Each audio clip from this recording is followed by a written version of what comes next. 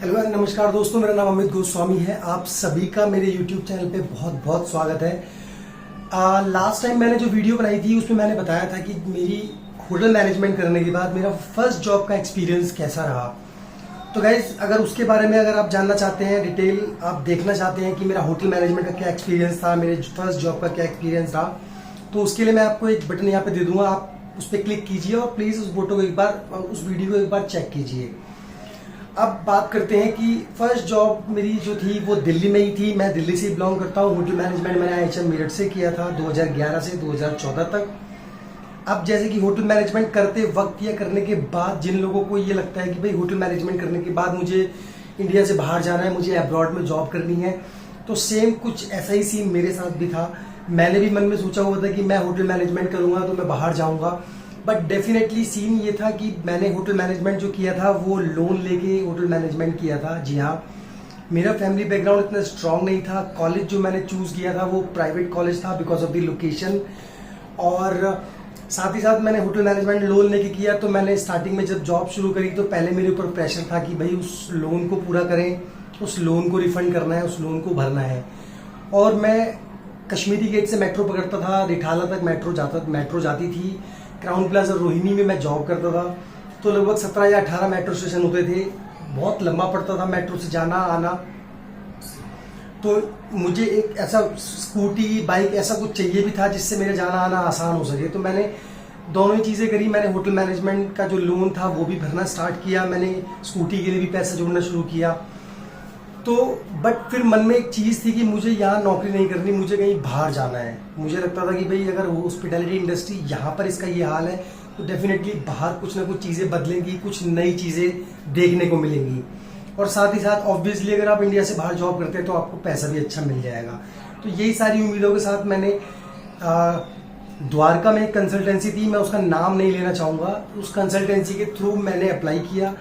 तो डायरेक्ट उन्होंने मेरे को अप्रोच किया। मैंने naukri.com पे डिफरेंट पेजेस को लाइक किया हुआ था जो लोग बाहर प्लेसमेंट करवाते हैं। तो ऑब्वियसली कहीं कनाडा या USA या UK जाने के लिए ऑब्वियसली आपका बजट ज़्यादा होना चाहिए। तो उतना बजट मेरे पास था नहीं, तो छोटे मोटे बजट के साथ ही मैं गल्फ कंट्री में इजीली जॉब मिल जाती है। तो मैं भी वहीं के लिए जॉब ढूंढ रहा था।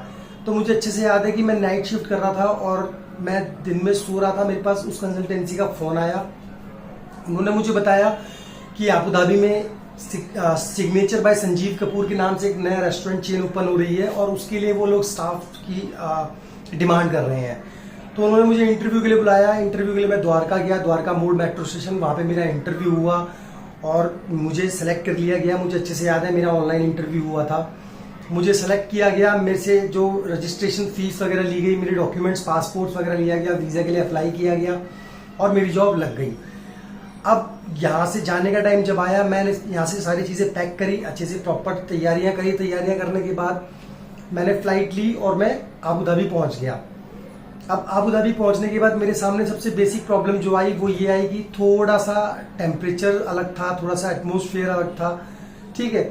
और दूसरा, जिस तरह की फ्रीडम आपको इंडिया में फील होती है डेफिनेटली वैसा तो वहाँ पे नहीं होता, क्योंकि अगर आप काम करने जा रहे हैं तो आपका माइंडसेट, आपका जो एटमोसफियर है हमेशा वैसा ही होता है।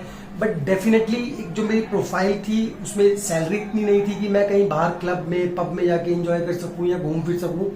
तो डेफिनेटली प्रेशर था, काम करने का एक जोश था। तो मैं यहाँ से जब गया, मैंने जब काम करना शुरू किया तो मेरे को सबसे ज़्यादा शॉकिंग ये लगा कि उन्होंने signature bye Sanjeev Kapoor restaurant के नाम पर मेरे को एक रोड साइड ढाबे में जाके लगा दिया।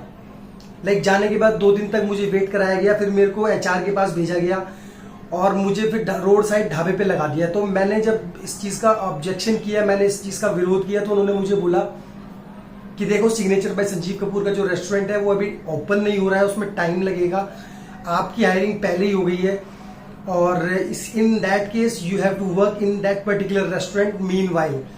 तो मैंने बोला कि मैं अगर भाई मुझे सिग्नेचर बाय संजीव कपूर के लिए हायर किया गया है तो डेफिनेटली एक अच्छे रेस्टोरेंट में काम करूंगा। मैं ऐसे रेस्टोरेंट में काम क्यों करूंगा जो रोड साइड छोटा मोटा ढाबा है जहाँ पे 10-5 दिरहम की, मतलब 100-200 रुपए की चीजें मिल रही हैं और वहाँ पे कोई सर्विस स्टैंडर्ड नहीं है, कोई लिविंग स्टैंडर्ड नहीं है, कोई वर्किंग स्टैंडर्ड नहीं है। मुझे वहाँ पे हाउसकीपिंग का भी काम करना पड़ता था। इवन मुझे टॉयलेट साफ करने के लिए बोला गया, इवन मुझे फ्लोर साफ करने के लिए बोला गया, और सुबह आने के वक्त किचन के लोगों के साथ मुझे किचन में भी साफ सफाई करने के बाद मुझे सर्विस का काम करने के लिए बोला जाता था। और वहाँ पे गेस्ट किस तरीके के आते थे कि बस जिसको चिकन बिरयानी खानी है, जिसको मटन बिरयानी खानी है, दिजा जिलाहम समक, यही सब दिन भर चीजें चलती रहती थी। अब मेरे साथ यहाँ से एक और लड़का गया था, उसका नाम शायद मुझे याद नहीं है। तो डेफिनेटली वो बंदा थोड़ा सा किचन का था, वो स्मार्ट बंदा था। मैं एज एन 6 महीने 8 महीने नौकरी करके मैं यहाँ से चला गया था, तो मैं एज ए फ्रेशर ही कंसीडर हो रहा था। बट दैट गाय, उसके पास एक्सपीरियंस अच्छा था और वो किचन में भी था। तो उसने अपनी स्मार्टनेस दिखाई, रिश्तेदारों से कॉल किया और उसने अपनी जॉब को खुद ही स्विच कर लिया वहां पे, वीजा लगने से ही पहले। यानी कि टूरिस्ट वीजा पे ही उसने अपने आप को परमानेंट वर्क वीजा पे शिफ्ट कर लिया किसी दूसरी कंपनी में, और अपने यहाँ पे किसी रिलेटिव को बोलते हैं कि भाई उस कंसल्टेंसी से जो जितना भी मेरा खर्चा मुझसे लिया गया है वो खर्चा मुझे रिफंड करवाया जाए। अब मुझे बड़ा ऐसा फील हुआ कि मैं पता नहीं कहाँ फंस गया यहाँ पे। उस जो कंपनी की एकोमोडेशन थी सिग्नेचर बाय संजीव कपूर की, उसके स्टाफ के साथ भी मुझे मिलने का मौका मिलता था, बट वो उस रेस्टोरेंट में काम कर रहे थे जो पहले से ही चालू था। मुझे उस रेस्टोरेंट के लिए बुलाया गया था जो कि चालू होने वाला था। अब मुझे जो एकोमोडेशन दी गई थी वो बिल्कुल पाकिस्तानी, नेपाली, बिल्कुल इलिटरेट बंदे जो थे। देखो, मैं ये नहीं कहूँगा कौन आदमी किस तरीके से काम कर रहा है। डेफिनेटली हर आदमी अपनी पिच पर अपने सोर्सेज के साथ अच्छे तरीके से काम कर रहा है। बट अगर आप होटल मैनेजमेंट की डिग्री कर रहे हैं और आप एक अच्छे इंस्टीट्यूट से पास आउट है, अगर आपके पास स्किल्स हैं, वो काम करने का जज्बा है, तो फिर मैं कैसे कॉम्प्रोमाइज कर लेता उस सिचुएशन में। तो मुझे कहीं ना कहीं ये समझ में आने लगा कि ये मेरे साथ डायरेक्टली अनडायरेक्टली इन्होंने मेरे साथ फ्रॉड किया है। अब वो जो पैसे मेरे से लिए थे वो 50-60 हजार रुपए के आसपास थे, जिसमें मेरी फ्लाइट का खर्चा भी इंक्लूड था, वीजा भी इंक्लूड था। बट जब मैं यहाँ पे, अब सिचुएशन मेरे साथ ये थी कि मैं अपने घर पे क्या बताऊं घर वालों को। तो ये लग रहा था कि भाई लड़का चला गया, सैलरी भी मिल रही थी मेरे को। मुझे करीब 1200 दिरहम सैलरी थी मेरी उस टाइम, 2014-15 की बात है ये। बट डेफिनेटली अगर मैं उस प्रोफाइल में अपने आप को फिट ही नहीं कर पा रहा हूँ, मैं उस काम को एब्जॉर्व ही नहीं कर पा रहा हूँ, मैं समझ ही नहीं पा रहा हूँ कि मैं कर क्या रहा हूँ यहाँ पे। मैं एक अच्छे वेल नॉन रेस्टोरेंट में काम करने के लिए आया हुआ था और इन्होंने मुझे कहाँ पर लगाया हुआ है। अब देखते देखते 1 महीना निकल गया, 2 महीने निकल गए, बट डेफिनेटली जब पानी बिल्कुल सर से ऊपर निकल गया तो मैंने अपने घर वालों को अप्रोच किया। मैंने कहा भाई देखो, ये सिचुएशन बहुत ज़्यादा डिफिकल्ट हो रही है और मैं इन हालातों में काम नहीं कर पा रहा हूँ। बिकॉज रहने का कोई स्टैंडर्ड नहीं है, बिकॉज कोई ट्रांसपोर्टेशन नहीं है, बिकॉज कोई स्टैंडर्ड नहीं है काम करने का। तो इस केस में मैंने और मेरी फैमिली ने डिसाइड किया कि भाई मुझे यहाँ नहीं रहना, मैं वापस चला जाऊँगा इंडिया। बट एक प्रॉब्लम ये भी थी कि 50,000 रुपये लगाने के बाद अगर मैं वापस जा रहा हूँ तो दुनिया को क्या जवाब दूंगा, या अगर घर वालों से कोई पूछेगा भाई तुम्हारा लड़का गया था 2 महीने में आ गया, इसका क्या रीजन रहा। तो ये बहुत इंसल्टिंग बात थी। बट आप अपने आप से कब तक लड़ेंगे। 2 महीने मैंने मैनेज कर लिए जैसे तैसे करके। बट जब बिल्कुल ही मुझे लगा कि अब हालात वो नहीं है कि मैं यहाँ काम कर पाऊंगा, देन मैंने डिसाइड किया कि अब यहाँ से चलना है। इस बीच में मेरी बात हुई उस रेस्टोरेंट ऑनर से जो दोनों रेस्टोरेंट्स को फ्रेंचाइज कर रहा था। एक्चुअली फ्रेंचाइज तो संजीव कपूर कर रहा था, बट वो जो रेस्टोरेंट था उसको ऑन करता था कोई केरल का एक बिजनेसमैन। तो उससे मेरी बात हुई, उसने मुझे बोला कि हमें तभी रुक जाइए, अभी टाइम लग रहा है, अभी थोड़ा सा टाइम लगेगा, आप यहाँ कर लीजिए। मैंने बोला सर आप मुझे अपने किसी दूसरे अच्छे रेस्टोरेंट्स में डाल दो, अगर मैं यहाँ काम करूंगा तो जो काम मैं सीख के आया हूँ, जो जितने भी स्टैंडर्ड्स वगैरह हैं, जो भी चीजें हैं, मैं तो सब भूल जाऊंगा। मैं तो फिर नील हो जाऊंगा, फिर मेरी डिग्री करने का और मेरे अच्छे होटल में काम करके आने का फिर क्या फायदा है। अगर ऐसी सिचुएशन थी तो आप मुझे पहले क्लियर कर देते। अब आने के तुरंत 15-20 दिन बाद, 1 महीने बाद इस तरह की सिचुएशन आ रही है तो मैं क्या जवाब दूंगा अपने घर वालों को, या जिन लोगों से मैं बोल के आया हूँ कि भाई मैं बाहर काम करने के लिए जा रहा हूँ। तो आप यकीन मानिए बहुत प्रॉब्लम रही इस तरीके से काम करने में। बट डेफिनेटली मैंने घर जाना चूज किया। घर गया, घर जाने के बाद कई दिनों तक उस कंसल्टेंसी ने मेरे को चक्कर लगवाए पैसे के लिए। कई दिनों तक मैंने उससे मिन्नतें करी कि सर आप मुझे मेरे पैसे वापस कर दीजिए प्लीज, आप पूरे मत करिए, पर फ्लाइट के पैसे काट लीजिए, जो आपका खर्चा है वो काट लीजिए। तब बड़ी मुश्किलों से जाके उन्होंने वो थोड़े बहुत पैसे जो भी थे वो रिटर्न करे, क्योंकि फाइनेंशियल सिचुएशन इतनी नहीं थी कि इतना बड़ा झटका झेल सकते थे, या फिर अगर मैं वापस आता तो आते इमीडिएट बेसिस पे मुझे जॉब मिल जाती।